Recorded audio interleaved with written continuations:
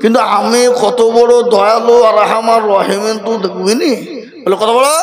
ধর আমার বান্দা কত বছর বাঁচল? 100 বছর। তো 100 বছরের মধ্যে 99 বছর গুনাহ করলো, থাকলো ক বছর? 1 বছর। 1 বছরের মধ্যে বাবা 11 মাস গুনাহ করলো, থাকলো ক মাস? 1 মাসের মধ্যে 29 দিন গুনাহ করলো, থাকলো কদিন? একদিনে 23 ঘন্টা গুনাহ করলো, থাকলো ক ঘন্টা? 1 ঘন্টায় যদি এরকম করে হাতটা তুলে দিয়ে বলে আল্লাহ আর জীবনেও করব না, এই করব না বলে যদি একবার তওবা করে ফেলে তো আল্লাহ বলছে যা তোর 99 বছর 11 মাস 29 দিন 23 ঘন্টার গুনাহ যা ছিল আমি 1 ঘন্টায় ক্ষমা করে দিলাম। ধরে বলুন সুবহানাল্লাহ। শয়তান এরকম করে মাথায় হাত দিয়ে বলছে আল্লাহ এত গুনাহ করলো আর তুমি 1 ঘন্টায় ক্ষমা করে ফেললি? তো আল্লাহ বলছে এই শয়তান আমি ক্ষমা করব না তো তো করবে? এ মুসলমান, সে আল্লাহকে আমরা চিনি? কথা বলুন, সে আল্লাহকে আজকে যদি আমরা চিনতাম বাবা তাহলে বলুন তো মুসলমানদের দুর্দিন হতো, মুসলমান লাঞ্ছিত হতো, মুসলমান ঘৃণিত হতো, মুসলমান মার খেত। আজকে গোটা ওয়ার্ল্ডের ভিতরে সব থেকে লাঞ্ছিত ঘৃণিত মার খেতে কারা? মুসলমানরা। কেন? খালি মুসলমানদের দোষে বাবা। কাদের দোষে? মুসলমানদের দোষে। আজকে মুসলমানরা যদি শুধরে যেত, আজকে মুসলমানরা আল্লাহ তার রাসূলের দিনকে জীবনে ফিট করে নিত, তাহলে জীবনেও মুসলমান মার খেত না বাবা। কেন? আজকে জালসার দিনে যেমন আমি আর আগে বললাম মেলা, এ বাবা হাগো মুর্শিদাবাদ জেলার ভিতরে সব থেকে নাম করা বাজার এবং হাট হলো বেলডাঙ্গা। কি বুঝছেন আপনারা বলুন? এই বেলডাঙ্গাকে কে চিনে না? এই বেলডাঙ্গা বাজারকে কোন দেশের লোক চিনে না? হ্যাঁ, ওই সেদিন আমি আসাম গেলাম নওগাঁ জেলায়, তো ওই যে হুজুর আপনাদের মুর্শিদাবাদ জেলাতে একটা হাট হয় বেলডাঙ্গা, বিরাট বড় হাট, গরুর হাট। তো তুমি কি করে জানলি? বললেন না আমি গেলছো তো দেখেছি। সেখানকার লোক বেলডাঙ্গা চিনে, ত্রিপুরার লোক চিনে, গোটা অল ইন্ডিয়ার লোক বেলডাঙ্গার নাম জানে। কি বুঝেন আপনারা বলুন? এ বাবা এত বড় বাজার, যে বাজারে এমন কিছু নাই যে পাওয়া যাবে না। তারপরেও আজকে ওই রাস্তার ধারের ফুটপাতের ওই ধুলিয়ে বালি নোংরা পড়ছে, ওই খাওয়ার লেগে আমরা লাইন দিয়ে ভিড় ধরে দাঁড়িয়েছে। আমরা আসলে ফুটপাতে খাওয়া লোক, আমরা ভালো জিনিস তো চিনিনি, ভালো জিনিস খেতেও জানিনি। ওটে ধুলিয়ে বালি নোংরা পড়ছে, ওই খাওয়া লোক আমরা।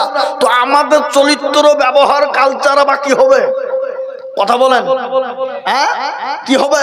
আমাদের কালচার ব্যবহারটা তো এরকম নোংরামি হবে। হ্যাঁ, ও যদি ভালো জিনিস খাওয়া কি জিনিস জানতো তাহলে ভাবছি তার কালচারও ভালো হতো, ব্যবহারও ভালো হতো, চরিত্রও ভালো হতো, সবটাই ভালো হয়ে যেত। আসলে আমরা বাজারে না যেয়ে, ভালো জায়গায় না গিয়ে আমরা ধুলো বালি নোংরা আবর্জনা খাওয়া লোক, তাহলে আমাদের ব্যবহারটা তো এরকমই হবে। তাই আমি বলবো ওগো মুসলমান, ওগো আল্লাহওয়ালারা, ওগো দিনওয়ালারা, ওগো কোরআনওয়ালারা, ওগো মুসলমান ঘরের ছেলেরা, আজকে তোমাদের অনুরোধ করছি বাবা ও ভাইরা, আজকে পৃথিবীর দিকে লক্ষ্য করে দেখো, পশ্চিমা দেশগুলোর দিকে লক্ষ্য করে দেখো, ফিলিস্তিনের দিকে লক্ষ্য করে দেখো, ইরানের দিকে লক্ষ্য করে দেখো, লেবাননের দিকে লক্ষ্য করে দেখো, ভারতবর্ষের দিকে লক্ষ্য করে দেখো, আজকে কতটা অসহায় মুসলমানরা, বুঝতে পারবা না। আমি আজকে একটা খবর দেখছিলাম, আল্লাহু আকবার, ফিলিস্তিনের সামনে যে যুদ্ধ চলছে বাবা ইসরায়েলের সঙ্গে, এই যুদ্ধকে কেন্দ্র করে এমন ভাবে ঘর ধসে পড়েছে বাবা। ইসরায়েল এমন হামলা দিয়েছে যে আল্লাহু আকবার, বাচ্চারা ছোট্ট ছোট্ট নিরহ ছোট্ট ছেলেগুলা আপনার ওই ঘরের তলে পড়ে ফাঁক দিয়ে এরকম করে তাকিয়ে তাকিয়ে টুকি মেরে মেরে দেখছে। ওদের বাড়ানোর মতন কোনো পরিস্থিতি নাই, ওরা কি করে বাড়াবে সেটাও তাদের ক্ষমতা ক্ষমতা নাই। ওই ছোট্ট বাচ্চা তারা তো অবুঝ, তারা তো জানে না, তারা এরকম করে বেরিয়ে বেরিয়ে দেখছে বাবা, আর দেখে দিল খুশে যাচ্ছে, মন আপনার বিগড়ে যাচ্ছে, কলিজা ফেটে যাচ্ছে। আজকে এত অসহায় মুসলমান, তারপরেও যদি এ জাতি আল্লাহকে না চিনে, এ জাতি যদি কোরআনকে না চিনে, এ জাতি যদি দিনকে না চিনে, এ জাতি যদি খারাপ জায়গা না ছেড়ে দেয়, এই জাতির কপালে খারাপ দৃশ্য আছে না নাই? জোরে বলুন, আছে না নাই? আচ্ছা বলুন তো, পৃথিবীর ভিতরে সব থেকে নোংরা জায়গা কোনটা গো? কথা বলেন না কেন? বাজার। সব থেকে পৃথিবীর ভিতরে নোংরা জায়গা হলো বাজার, আর পৃথিবীর সব থেকে উত্তম জায়গা হলো, সে জায়গাটার নাম হলো মসজিদ। ওগো দরদি মুসলমান, আজকে মুসলমান মসজিদ ছেড়ে দিয়ে বাজারে প্রাধান্য দিল। আর শুনেলেন, যেদিন থেকে শুনেছি মুসলমানরা মসজিদ ছেড়ে বাজারকে প্রাধান্য দেবে, সেই দিন মুসলমানদের দুর্দিন এবং মুসলমানদের কপাল বড় খারাপ হয়ে যাবে।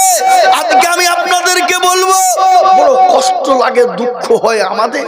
আমরা প্রতিদিন জালসা করি, এত কোরআনের কালচার, এত হাদিসের কালচার, এত দিনের কালচার, তারপরেও যদি আমরা এই জাতি না শুধরাই, এই জাতি না শুনি, তাহলে এই জাতির কপাল পোড়া আছে না নাই? জোরে বলুন, কপাল পোড়া আছে না নাই?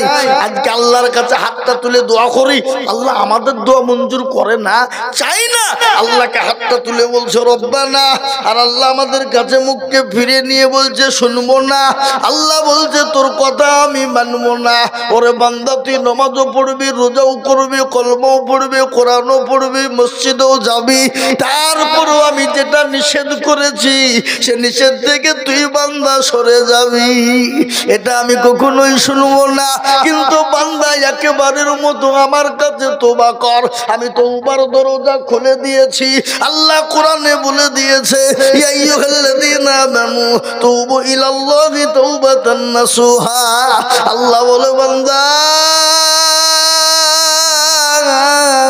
আমার কাছে একটা বারের জন্য তওবা নাসুহ করে নিয়ে মসজিদে ঢুকে যা, কোরআনের দিকে লক্ষ্য করবে বান্দা, আমি আল্লাহ তোর জীবনের গুনাহকে ক্ষমা করে দেব, আমি আল্লাহ তোর বালা মুসিবতকে দূর করে দেব, আমি আল্লাহ তোর অভাব অনটন দূর করে দেব, আমি আল্লাহ তোর রুজি রোজগারে বরকত দেব, আমি আল্লাহ তোর বালা মুসিবতকে দূর করে আমি আল্লাহ তোকে দুনিয়াতে হেফাজত করব। আল্লাহ কোরআনে বলেছে, মুমিন হবে যারা, মুমিন বান্দা হবে যারা, তাদের জন্য আল্লাহ কোরআনে বলেছে হাক্কান আলাইনা নাসরুল মুমিনিন। মুমিন হবে যারা, মুমিনদেরকে হেফাজতের দায়িত্ব নিয়েছেন কে? জোরে বলুন, কে? আল্লাহ। আল্লাহ দায়িত্ব নিয়েছে মুমিনদের জন্য। বাবজি, আজকে মির্জাপুর ওয়ালারা কেন আল্লাহকে চিনবা না? কেন কোরআনওয়ালা হবে না? কেন কোরআনকে মাননেওয়ালা হবে না রে মুসলমান? আজকে কোরআন পড়তে জানো না, আজকে কোরআন শেখার চেষ্টাও করো না।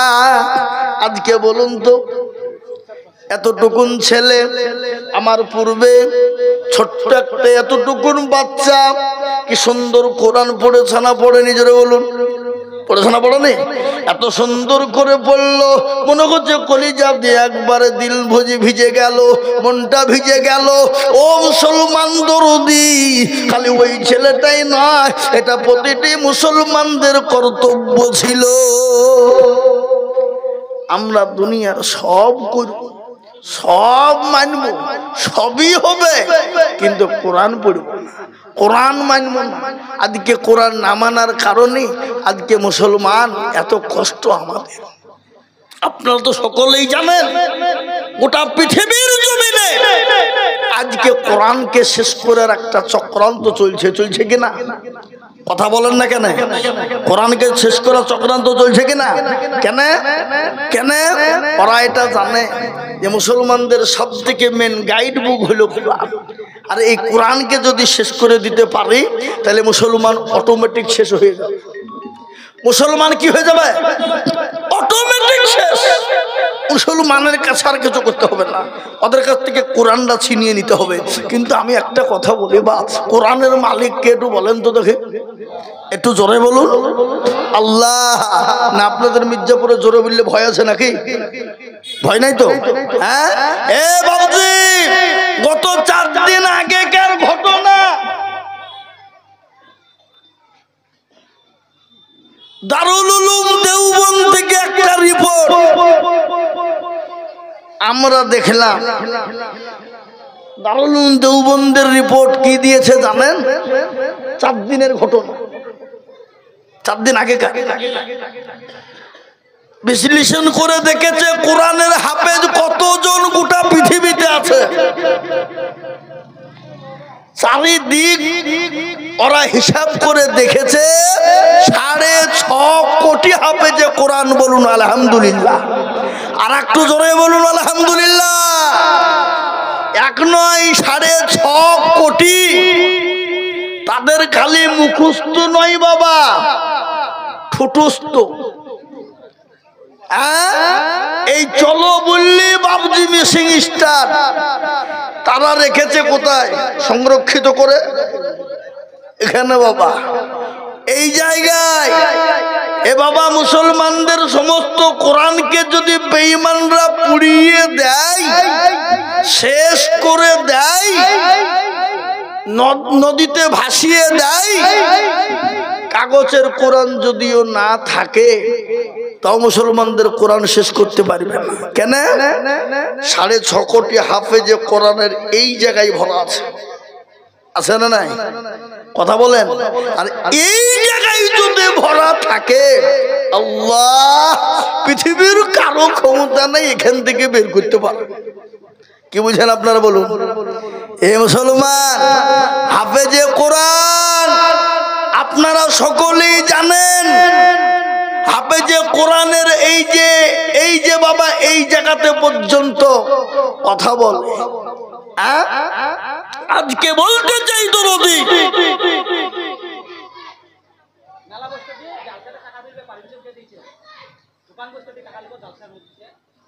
আমাদের টাকার প্রয়োজনে ধর্ম রক্ষা করতে হবে না, টাকার উপযোগ করতে হবে। ওই তো দোকানে টাকা দিয়ে রাখছে, বিশেষ সমাজের কবি লিখে টাকা দিতে, দোকানে হাতে দোকান বসতে দিই, কি নিয়ম কি? একজন বন্ধ করতে দোকানে বলা হয়েছে, তাদের হাতে টাকাই বাগানে একটা গরিব মানুষ 2 টাকা দিবে, 100 টাকা দিবে, টাকা বা ঘুরি দিতে হবে, কি কাউ 3 নিয়ম আছে। যাচ্ছেন ওই চিল্লালে তালসা চলবে? বন্ধ করেন। যাক, যাহাবার হয়ে ছেলে, ছেলে তুমি এদিকে এসো, এদিকে এসো। কি নাম তোমার? আলহামদুলিল্লাহ, যাহাবার হয়ে গেছে শোনা। ছেড়ে দাও।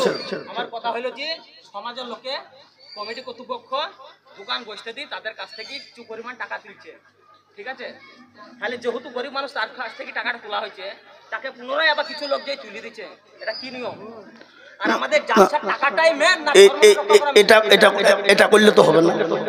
টাকাও লিবা, তুলিও দিবা, হয় টাকা বলিতে হবে না, আর নাহলে তুলে দিতে হবে নাকি? হুজুর, দুটোর একটা। যাক, রফিক ভাই, যাক ছেড়েন, জালসা চলছে, বাদ দেন, যাক ছেড়ে দেন, যাক ছেড়ে দেন, ছেড়ে দেন। এ বাবা, এই ছেলেরা, একটু বসো তো, মানিক তোমরা একটু বসে যাও, তোমরা একটু বসে যাও, বসে যাও। হ্যাঁ, যাক, আল্লাহুম্মা আমিন। আল্লাহ একটু দুরূদ শরীফ, আল্লাহুম্মা সাল্লি আলা মুহাম্মাদি ওয়া আলা আলি মুহাম্মাদ কামা সাল্লাইতা আলা ইব্রাহিম ওয়া আলা আলি ইব্রাহিম ইন্নাকা হামিদুম মাজিদ। আল্লাহুম্মা বারিক আলা মুহাম্মাদি ওয়া আলা আলি মুহাম্মাদ কামা বারাকতা আলা ইব্রাহিম ওয়া আলা আলি ইব্রাহিম ইন্নাকা হামিদুম মাজিদ। আল্লাহুম্মা আমিন। লাহক দরদি আমার ভাই, আমার শোনারা, আল্লাহ ওয়ালা, কোরআন ওয়ালারা, তো আমি আপনাদেরকে বলবো বাবা, এই যে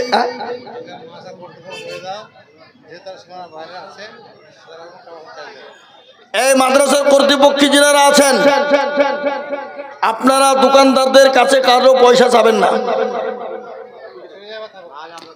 কেউ পয়সা চাবেন না দোকানদার ওদেরকে। আজ থেকে আপনারা নিয়াত করুন, আগামীতে মির্জাপুরে জালসা হলে কোনো দোকান বসতে দেবেন না। হাত তোলেন সবাই, হাত তোলেন, হাত তোলেন। কাজে পরিণত করতে হবে কিন্তু। আগামীতে জালসা মির্জাপুরে হলে কোনো রকমের একটা চায়ের দোকান পর্যন্ত বসতে দিবেন না। কথাটা মনে থাকবে? কথাটা মনে থাকবে? যেহেতু যে দোকানগুলো আপনাদের গ্রামের আছে সেগুলো থাকবে, যেগুলো 24 ঘন্টা 12 বছর থাকে, 12 মাস থাকে, সেইগুলা বাদে আদার্স কোনো রকমের কোনো দোকান বসতে দেবেন না। এতে আপনারা শান্তভাবে আলাদাভাবে বসে সুন্দরভাবে সিদ্ধান্ত নেবেন, তাতে যেন ঝগড়া ঝামেলা ঝঞ্ঝট যেন না আসে। সবাইকে বুঝিয়ে বলবেন, তাতে কোনো আলেম ওলামাকে সঙ্গে রাখবেন। আমাদের হুজুর আছেন মুরব্বী আপনাদের গ্রামের, জি শেখুল হাদিস, যে বেল্লাগা জালিলিয়া মাদ্রাসার, তিনাকে নেই সঙ্গে নেবেন, নিয়ে আপনারা একটা কাজ করবেন, দেখবেন ইনশাল্লাহ কেউ মুখ খুলবে না। দোকানে এটাকে তুলতে হবে, এটাকে বর্জন করতে হবে, নাহলে মুসলমানদের সামনে যে দিনটা আসছে, আরো সামনে খারাপ দিন আসছে। আমি আপনাদেরকে বলে দিচ্ছি, আরো খারাপ দিন আসছে, এটা আমরা চেষ্টা করবো ইনশাল্লাহ। এ বাবা, মুসলমান চেষ্টা করলে সব পারে না? পারে না? কথা বলেন, পারে না? পারে না? অবশ্যই পারে, আর অবশ্যই মুসলমান পারবে। পারবে। আজকে যারা দোকান বসিয়েছে কারো কাছে পয়সা নেবেন না। ক টাকা হবে? ক টাকা হবে না জানি, সুতরাং নিয়ে বন্ধ করে দেন, এবং আগামীতে তাদেরকে বলে দেন দোকান আর যেন মির্জাপুরে না বসে, জালসার সাথে।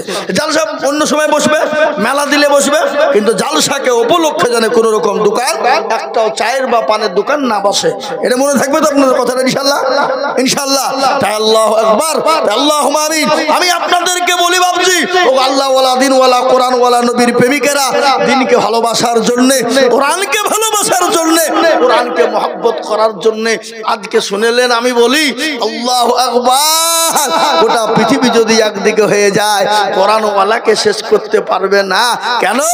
কোরআনের মালিক তো একজন, আল্লাহ নিজেই বলেছেন, ইন্না নাহনু নাযালনা যিকরা ওয়া ইন্না লাহু লাহাফিজুন। কেউ যদি কোরআনের হেফাজত না করে, আল্লাহ বলেছে আমি কিভাবে কার দ্বারা হেফাজত করব, আমি আল্লাহ জানা পৃথিবীতে কেউ বলতে পারবে না। ও মুসলমান দরদি, আজকে 1 নয় 2 নয় 6,500 কোটি মুসলমান আজকে হাফেজের কোরআন হয়েছে, আর ওই কোরআনের হাফেজ আজকে সেনার ভিতরে ভরে নিয়েছে রে বাবা। ইনশাল্লাহ পৃথিবীতে কোনো বেঈমান কোরআন শেষ করতে পারবে না।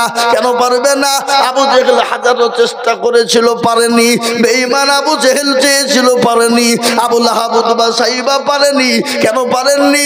এই কোরআনের এত ক্ষমতা, এই কোরআনের এত মজেজা, এই কোরআনের এত ক্ষমতা, এত সুর রে বাবা। তার একটা ছোট্ট নমুনা আমি আপনাদেরকে শোনাই। আল্লাহর নবী, প্যারা নবী নামাজ কোরআন তেলাওয়াত করতেন, আর আবু জেহেলরা রাত্রিতে চুপে চুপে দেখতেন এবং শুনতেন। কিন্তু একদিন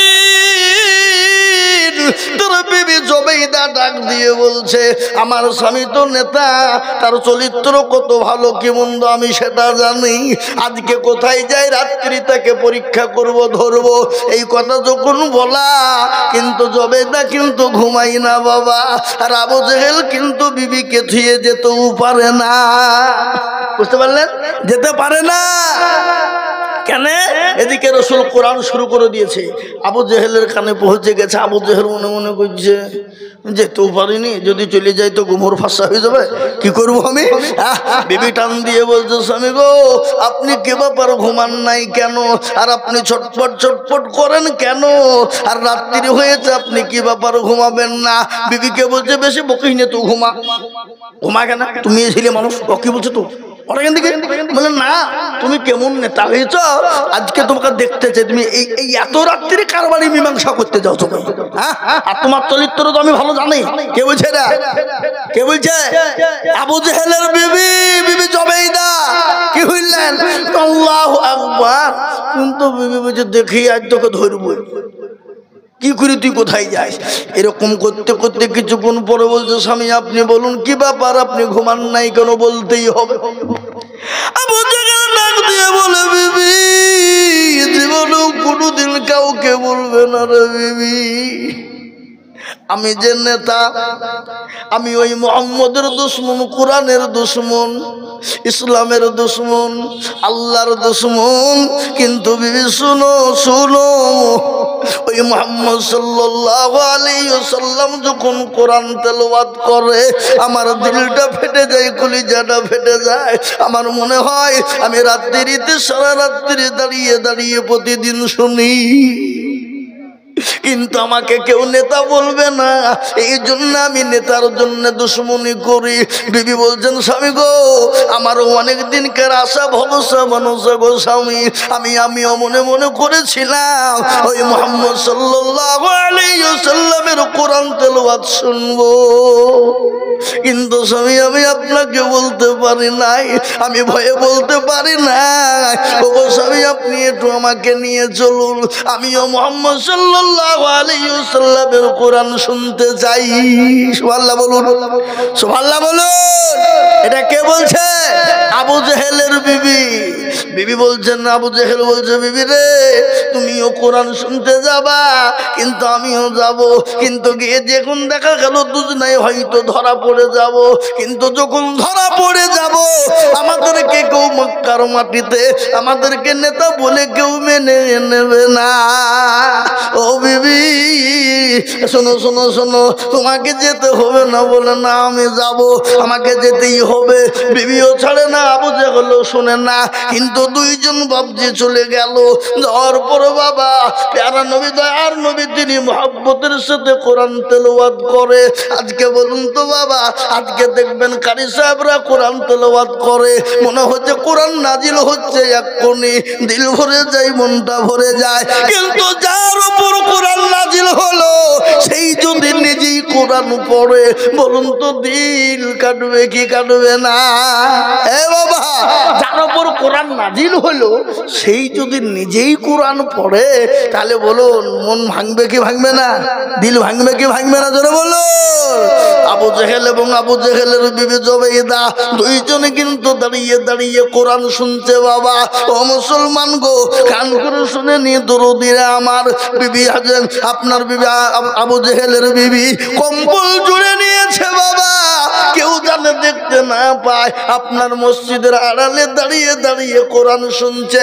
ইতিমধ্যে বাবজি কোরআন শুনতে শুনতে তাদের ঘুম হয়ে চলে এসেছে, বেলা হয়ে গেছে, কিন্তু ইতিমধ্যে তারা ধরা পড়ে গেছে। বাবা ও মুসলমান, কোরআনের কি মজেজা!